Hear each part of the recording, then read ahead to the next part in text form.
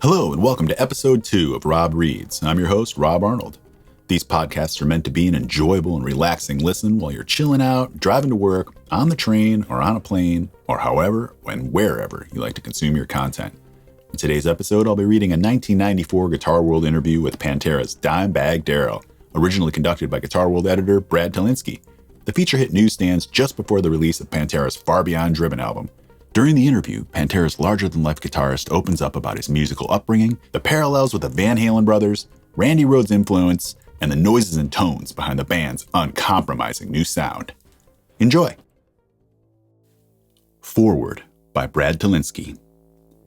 Dimebag Darrell Abbott, Pantera's high priest of six-string destruction, is feeling ornery. His eyes narrow as he slowly picks up his metallic blue Dean guitar, cradling it like a sawed-off shotgun. The self-proclaimed cowboy from hell begins to frown. It's obvious he has something urgent on his mind.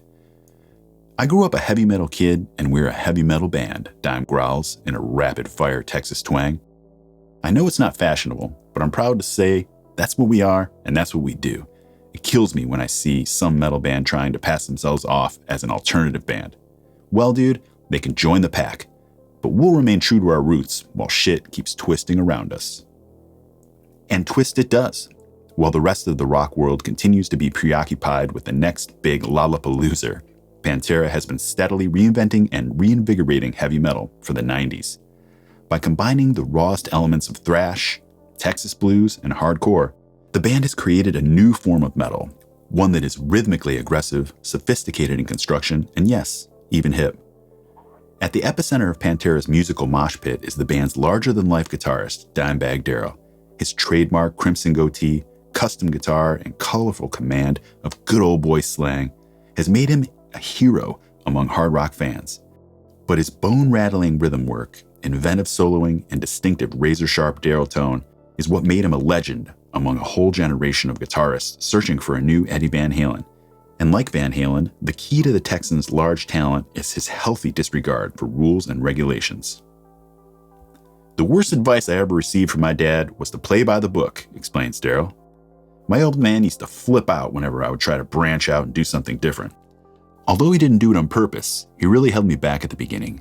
He owned a recording studio in our hometown of Pantego, and if something was a little too hot on tape or was distorted, he'd say, "Don't do that, Darrell. Do it by the book." My sound didn't develop until I started ignoring the recording manual.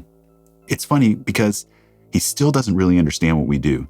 When he heard fucking hostile on Vulgar Display of Power, he absolutely freaked. He told me, "Son, people are going to think something is wrong with the record and take it back." On Pantera's latest release, Far Beyond Driven, Darrell continues to ignore his bookish dad's advice. In addition to his unusual wicked rhythm and lead work, the guitarist has introduced a noisy, new industrial slant to his playing. By cleverly manipulating bursts of dissonant, white-hot feedback on several tracks, he has added yet another startlingly abrasive dimension to his already distinctive approach. More surprising still is Darrell and his band's sensitive acoustic reading of Black Sabbath's psychedelic chestnut, Planet Caravan. In person, Darrell is, in his own words, a spazzer.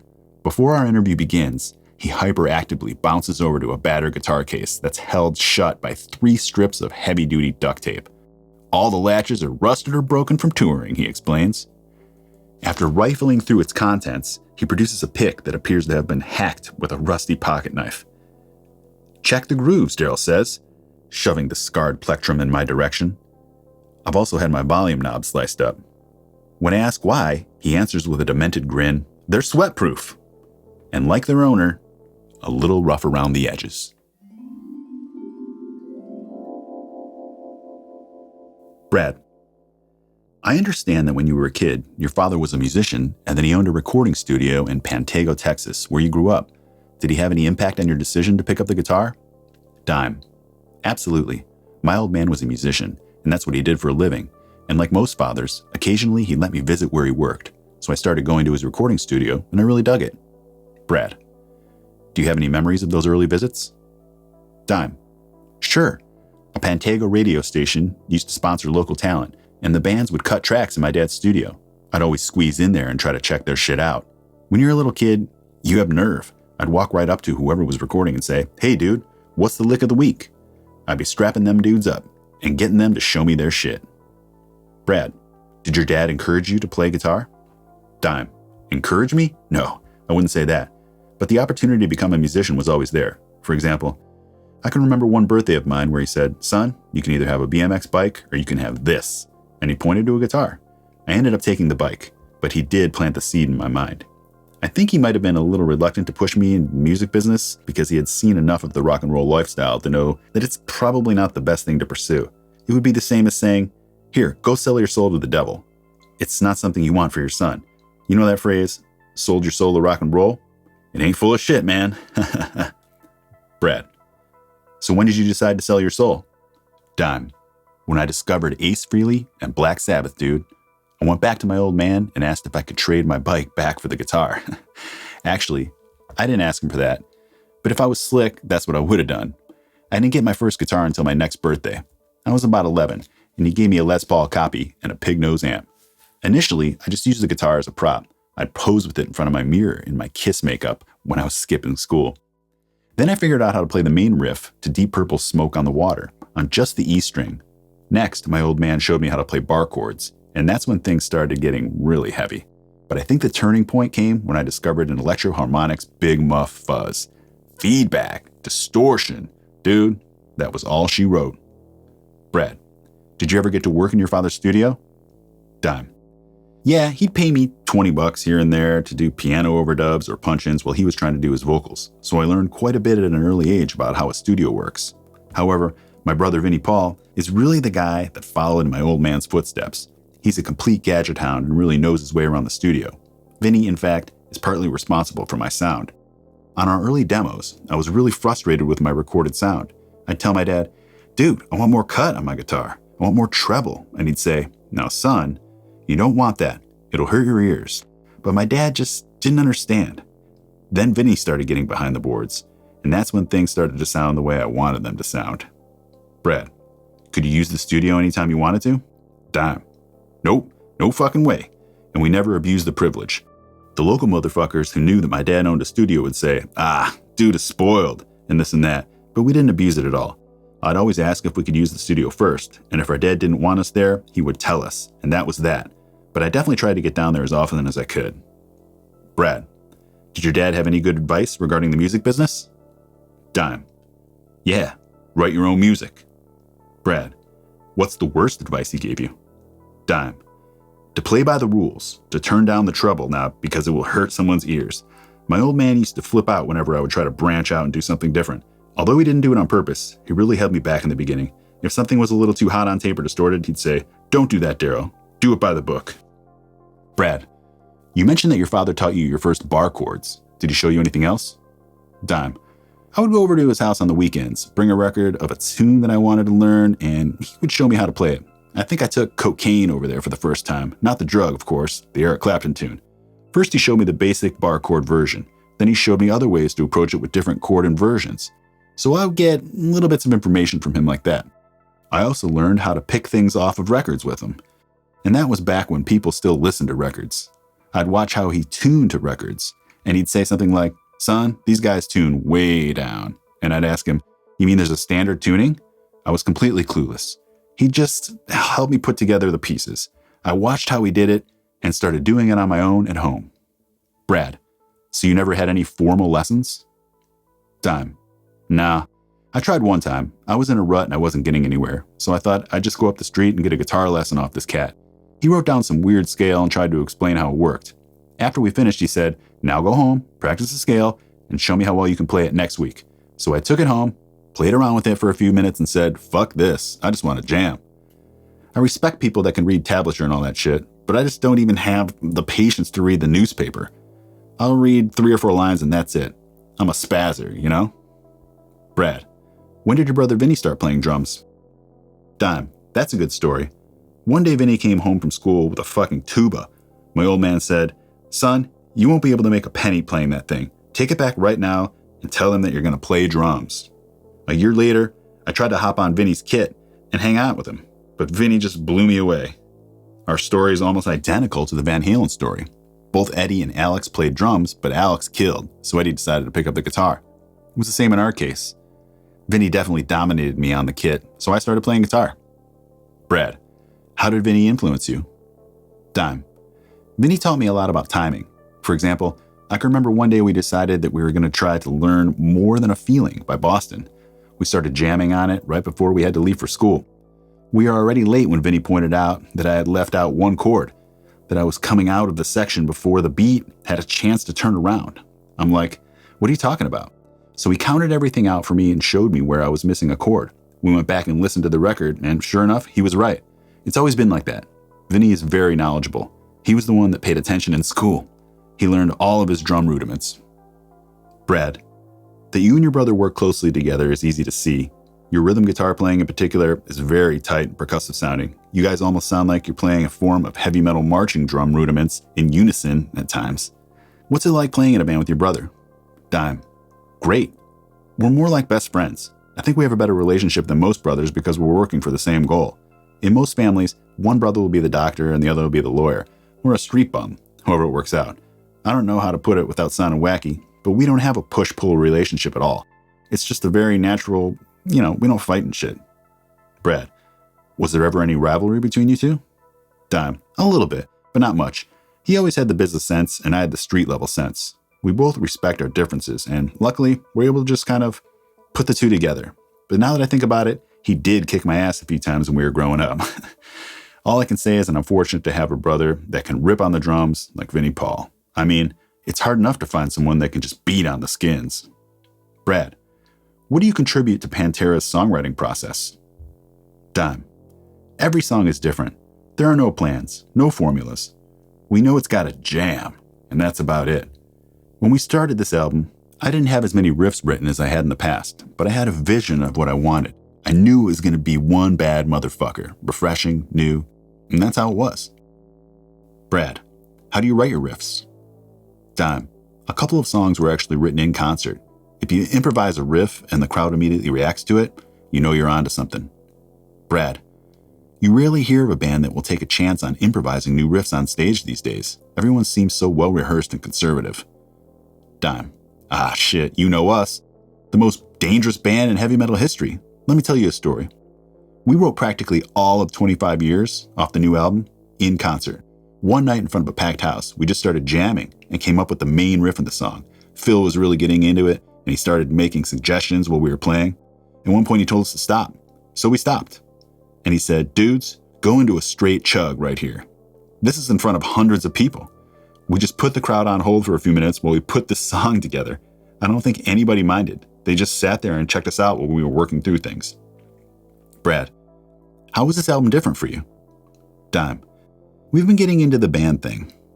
I've been trying to look more at the big picture, trying to figure out what's appropriate for the tune. For example, we were working on this very aggressive song called Slaughtered, and at first we decided that we were going to insert a slow, melodic lead guitar part into the middle of the tune. But while we were working on the slow section, everyone was just sipping on their beers and staying kind of quiet. Then I realized that the tune had lost its momentum and power, so I said, fuck the lead. The big picture, man. That's where we're at. Brad, 5 Minutes Alone is another of the album's songs that features a pretty minimalist lead.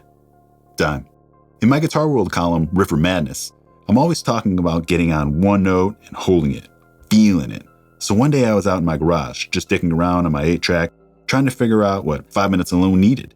Since I was only going to take a short solo, I started asking myself, do I need to burn something real quick for the sake of burning?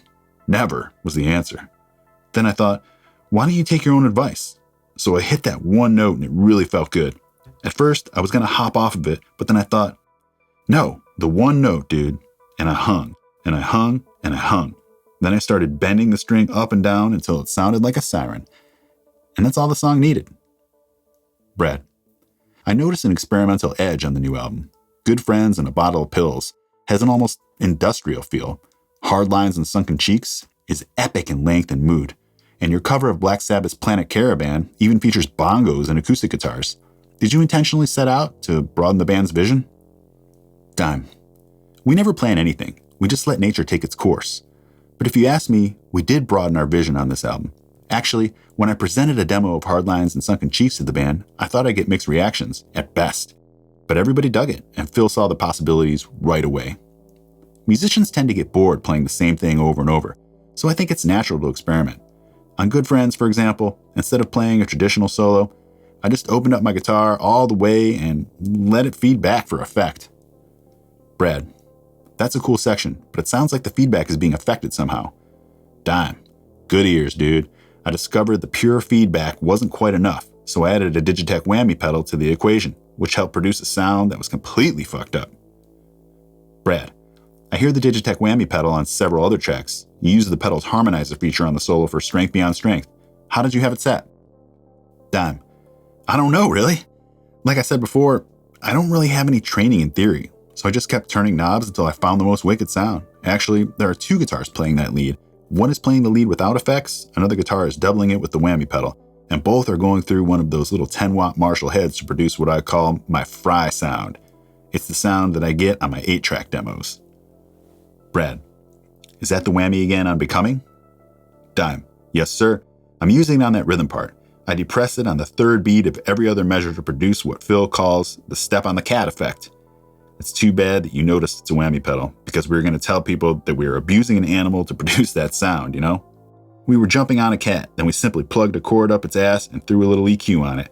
That was one of the songs that started with Vinnie's incredible drum groove. Because I used a whammy pedal on the rhythm part, I decided to use it on the lead as well.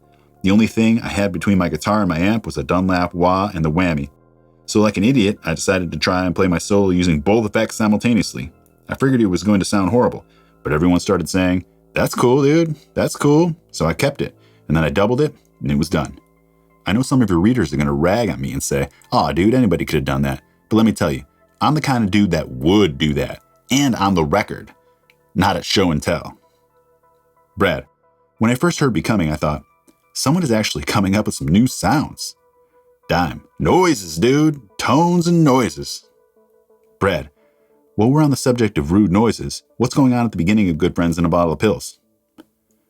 Dime, I was standing next to Vinnie, who plays drums really hard, and I was slowly moving my volume knob to see how far I could go before the guitar started feeding back. I had my guitar running through an old MXR flanger, and my intention was to just make a little bit of racket in the beginning of the song. Just by chance, the pickup started picking up Vinnie's snare drum, and it popped the gate open. So the drum is actually triggering the guitar, and that's what you hear.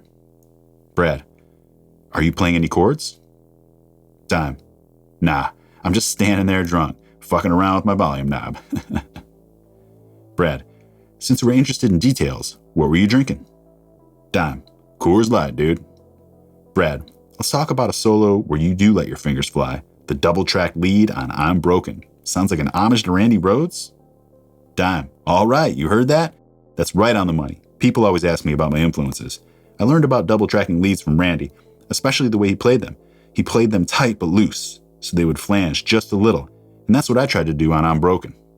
Brad, was Randy important to you? Dime, fuck yes. If he was still around, there'd be no telling what that cat would be busting off.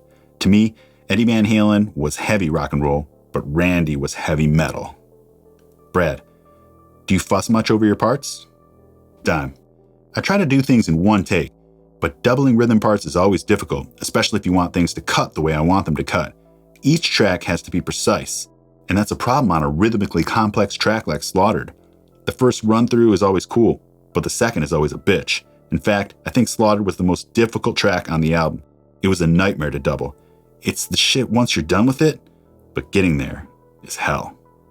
We actually went with more loose doubles than on our previous records, but sometimes it has to be right on the money, and that's where the fussing comes in. I mean, goddamn, I wish I could just do an Eddie Van Halen, a rhythm track on one side, reverb on the other, and leave it alone, but that's not my style.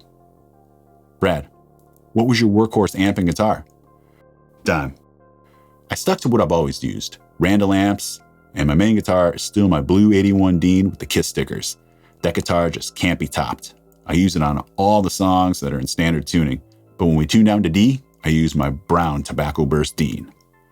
The only thing that was really different on this album is that the signal from my guitar was routed through 3 Randall amps, which were recorded simultaneously on each track. 3 amps mixed down to one track. One stack was affected with my MXR flanger for a kind of hollow sound, another stack was just straight up and dry, and the third was set similar to the dry stack except that it had a little more gain. Separately, one sounded horrible, one sounded great, and the other sounded bassy. But together, they sounded incredible. Brad, I know you're a fan of vintage effects pedals, like the MXR flanger. Where do you get them? Dime, pawn shops, man. Brad, where are the best pawn shops? Dime, the best ones are anywhere where the owner doesn't know the value of his merchandise. Part of the fun is just talking trash with the dudes that run the shops. It's like, dude, what's up with this fucking thing? One time I was checking out some guitars, amps and effects at a pawn shop, and the store owner unintentionally gave me a defective cord. So I plugged it into an effect that I wanted and started kicking the box around so the cord would crackle. As soon as I got the store owner's attention, I started pretending it was the effect box that was broken. I started cursing and calling the effect a no-good piece of shit. He said, it was working fine 3 weeks ago. We gave up $30 for that thing. So I said, well, it can sit here and rot then. Nobody's going to pay you for this thing. And in the end, the dude sold it to me for $5. Brad, since this interview will appear in our special survival guide issue, I wanted to ask you a few questions about life on the road. What was your biggest disaster while touring, and how did you fix it? Dime, I've weathered broken headstocks, fried pickups, stage divers breaking my pedals, guitars cutting out, and stacks going down. I've been knocked out, banged up, and I've run out of Seagrams. All that stuff is cool, I can deal with it. But the top thing that's tooled me, the worst thing, food poisoning. I got food poisoning in Venezuela, and it sucked. I couldn't do anything for 2 weeks but shit and sweat. And how to cure it? You stay in bed. Brad, what are the 5 things needed to survive on the road? Dime, beer, Taco Bell, joints, whiskey, a Walkman, and a little acid for long bus trips. Brad, places to avoid? Dime, Venezuela. We got there and found out that we were supposed to play this baseball field that was crawling with bats, snakes, and huge blue crabs. We were going to cancel, but we were told that if we did, that the government might try to plant drugs on us and arrest us. So we decided to play the show. That day, 11 kids were treated for snake bites, and that night I got the food poisoning that almost killed me. It was pretty crazy. Brad, what's the Pantera philosophy? Dime, go for it, go with it, but just don't fuck with us. Brad, finally, once and for all, is it Dimebag or Diamond? Dime, it's whatever you want it to be. Brad, how about 5 and a dime Darrell? Dime, 5 and a dime is beautiful. It may be the new one. Okay, thanks so much for listening. If you enjoyed the episode, please let me know by hitting the like button and making sure you're subscribed to my channel. If you'd like to hear more, I'll have a series playlist link in the show notes below. If you'd like to help support the channel, you can do so by joining my wonderful Patreon community, which offers exclusive perks and benefits at patreon.com/RobArnoldWorld. Big thanks to one of my favorite bands on the planet, Pantera. Rest in peace, Dime and Vinnie. And thanks to Brad Tollinski and Guitar World Magazine for making this possible. Cheers, everyone. Again, I'm Rob Arnold, and I hope you'll join me again on the next one.